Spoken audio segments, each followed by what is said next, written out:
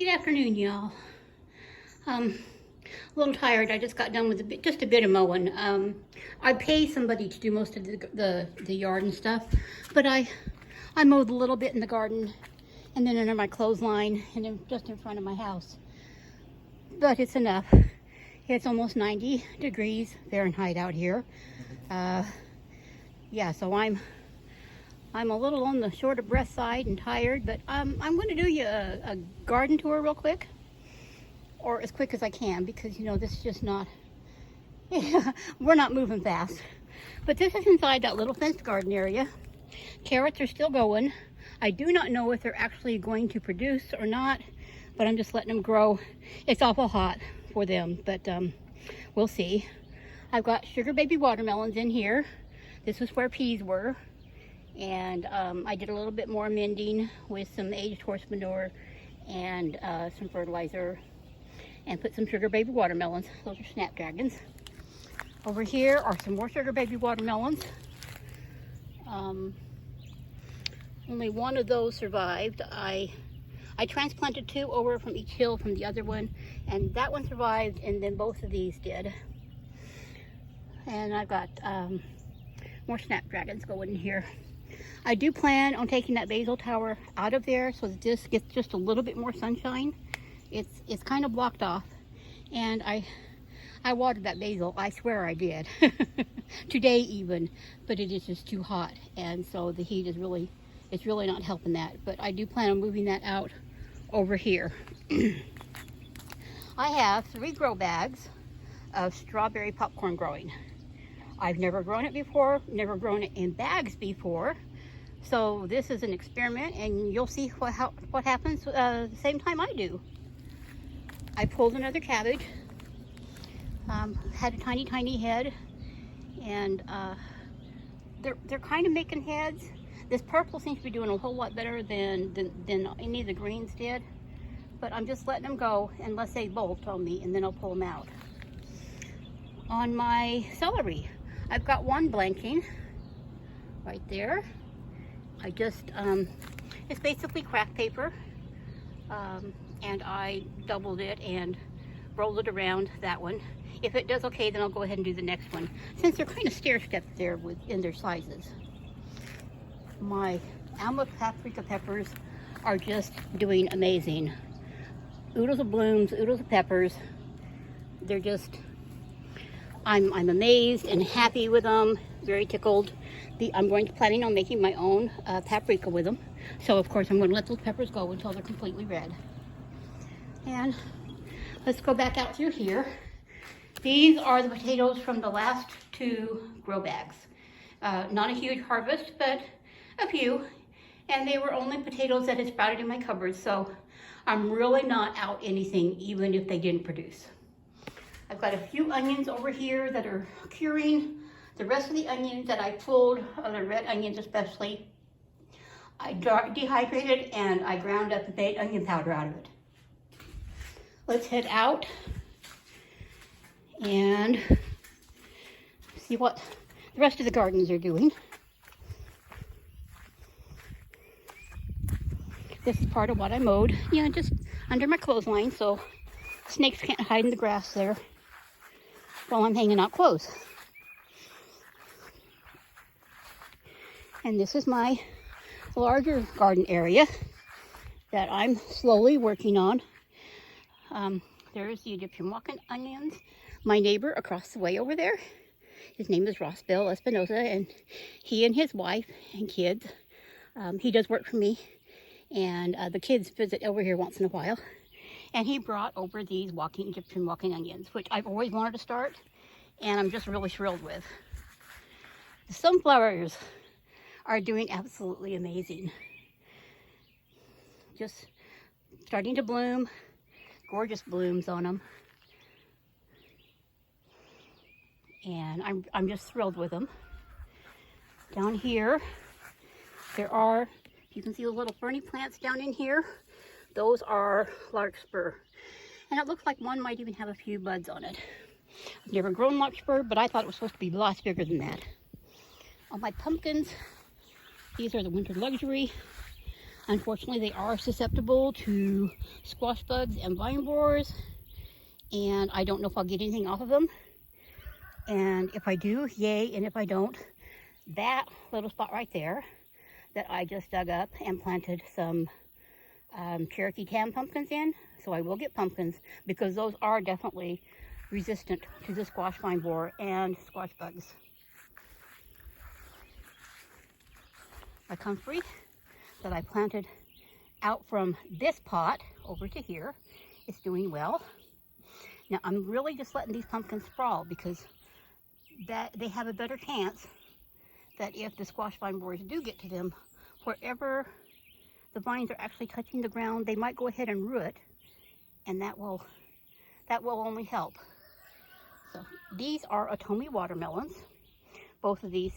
This one looks so much better than that one, so I'm not sure if that one just isn't getting enough water or what. And I did water these this morning. Like I said, it's hot. But I'm growing these up the fence. The same that I'm going to do with those pumpkins. I'm planning on putting those pumpkins up the fence too. This new bed right here is planted with ambrosia sweet corn. It's my second planting. So I just planted it a couple of days ago. It's not going to be anywhere near ready to come up yet. Give it 2 or 3 more days. Let's pull my garden scooter thingy out of here. I put it out of the way so that I could mow, and and I want to be able to get back up in there. My rattlesnake pole beans climbing beautifully. They're blooming. I see some little bitty tiny baby beans on them. So it looks to be a very good green bean season. And I'm tickled about that, because I've gone through at least half of the beans that I canned from last year. And I definitely need to can more, because they are a delicious green bean and very prolific. But they're looking good. These are the Jing orange okra. I'm seeing some buds on them, so hopefully here soon I'll get some okra off of them. The green over there, which is a combination of Clemson spineless and jambalaya, aren't doing as well, but we'll see how much okra I get off them. We'll just have to see. Marigolds are blooming, and I have got cucumbers galore on those 4 little cucumber vines. Let me come over here and show them to you. I picked one because it was getting too big, but as you can see, there's more to be picked soon, and they're just loaded. Hooray, because I plan on making sweet pickle relish. Maybe even some sweet pickle slices. We'll have to see. There's the okra. There's one comfrey. That one's struggling. I'm not sure why, but it'll probably go ahead and make it through. Comfrey is pretty hardy. And then I've got sweet potatoes growing within this corn, trying to take over my okra. This is more of the ambrosia sweet corn, which is the bicolor. And the sweet potatoes are just off of a store-bought sweet potato that I put in water to get slips off of. This Puerto Rico sweet potato I had out there, but the deer found it, as you can see. And so I moved it within the garden area to protect it, because I'd really like to have more sweet potatoes and feed the deer. Another comfrey over there. I figure planting comfrey around the garden can only help. So, over here I've got purple dove beans, lots and lots of buds and blooms, and I'm seeing just a few itty bitty tiny, maybe 1/2 inch long beans on there. There is carrots growing in here still, parsley, some comfrey. Somewhere on the other side is my bunching onions. There they are over there. This entire tower here is planted in black-eyed peas. And whatever I get out of here, more than likely I'll eat fresh, but you know, I might freeze some of them too. I love black-eyed peas. I'm a true Southern gal when it comes to black-eyed peas. My basil tower is not happy. It's the heat. I'm sure it's the heat, and just trying to keep this water, although I did water it this morning. Let me take you down over here real quick. and show you my little naturalized garden. I'm very pleased with it. It's looking great. Some of the things in there are doing better than others. I've got evening primroses blooming. There is catnip. The dill is blooming. The cilantro is blooming. As you can see, it's got little seed heads, which is coriander. There is flax blooming. There are cosmos blooming. The marigold is looking like it's wanting to bloom. There's some yarrow down there. Some borage is blooming. Some more comfrey. There was some lupine, but I think the deer ate it, y'all, because I sure can't find it now. And of course, things are being taken over with grass, but that's okay, because this was just a little naturalized area to just grow something other than grass. At least for this year. We'll see what I can do with it next year. I really don't want to do a whole lot with anything until that tree comes down. And it's not in my budget to pay for it. And I'm not sure if my tree cutting people are going to come do it or not. My roselle hibiscus that I planted in a pot is doing great.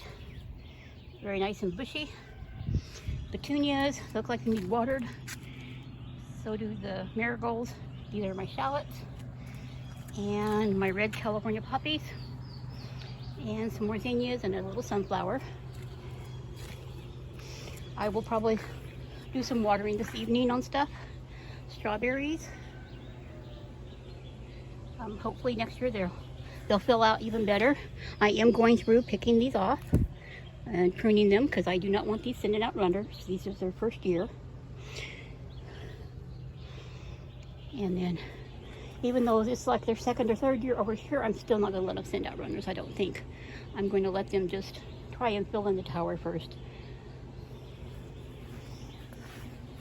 More evening primroses and my pink knockout rose.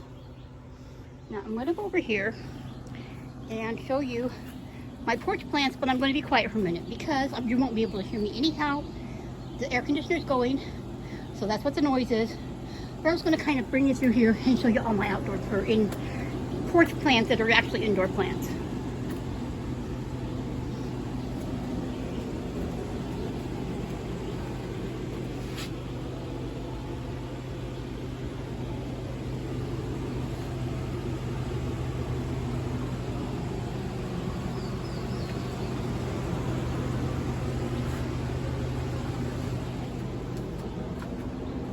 Bring you back down. Isn't that coleus lovely? I just adore it. It's beautiful this year. Looks like the yarrow's kind of winding down. Snapdragons. I need a deadhead, and y'all, that takes more energy than I have right now. Some extra strawberry plants, and lilac that I haven't figured out a place for. Some chamomile, my red knockout rose, along with some more evening primroses. Some catnip here, and these irises that I'll figure out a place for eventually. I do have a few onions still growing.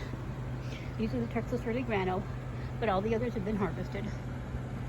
Over here, lots of herbs. I've been harvesting herbs and drying them. Beautiful zinnias. And the two roselle over here that aren't doing quite as well, but they're holding their own. More zinnias and a sunflower. And more zinnias. I love these jazzy red. I think they're going to be one of my favorite zinnias. And then this little bed over here is trying its hardest, but it's not doing well, and it'll just have to wait until I can afford to amend the soil better. Although the gardenia is doing well, trying to come back. But I've got quite a bit of lavender, marigolds, more lavender, some blue spice basil, just a little bit of everything here. Hollyhocks do seem to like to try, but something's eating them, because just yesterday that one had lots of leaves on it, so I don't know. So anyway, that is my garden tour. I need to get in the house and try to cool off some and get this uploaded. And I'll talk to y'all later.